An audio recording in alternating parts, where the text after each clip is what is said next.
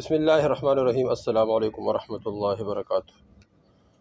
دوستو، آج ان حالتوں کا بیان ہے جس میں دعا قبول ہوتی ہے۔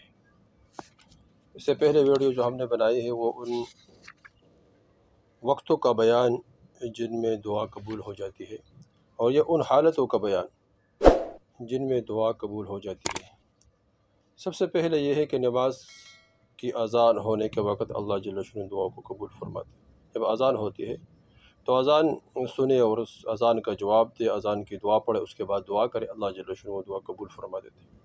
اسی طرح اذان اور تکبیر کے درمیان تھوڑا سا موقع ہوتا ہے، اس میں جو بندے دعا مانگتے ہیں اللہ جل شانہ دعا کو قبول فرما دیتے ہیں۔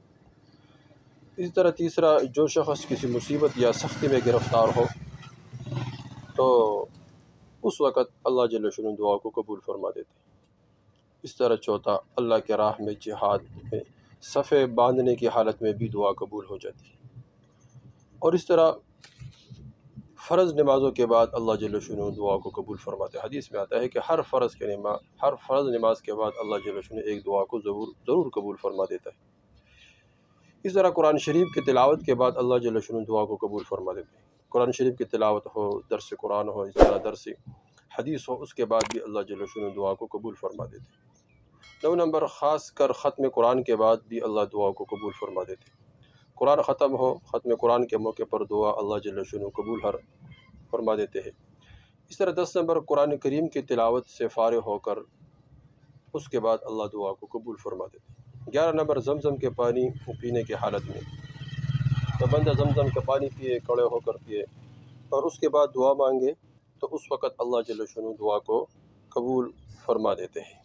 اس طرح مرنے والے کی جان کنی ہو، کوئی آپ کے سامنے مر رہا ہو، فوت ہو رہا ہو، تو اس وقت بندہ جو دعا کرتا ہے تو اس وقت اللہ جل شانہ کو، کیونکہ وہ بھی مصیبت کا وقت ہوتا ہے، تو اس وقت اللہ جل شانہ دعا کو قبول فرما دیتا ہے۔ اور اسی طرح 13 نمبر، مر کی اذان کے وقت اللہ دعا کو قبول فرما، جب مر اذان دے اس وقت اللہ دعا کو قبول فرما دیتا ہے۔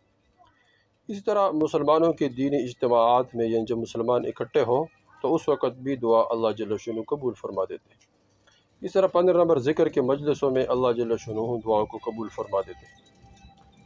اور اسی طرح جب امام ولا الضالین کہے تو اس وقت جب بندہ آمین کہے وہ دعا بھی اللہ جل شانہ قبول فرما دیتے ہیں۔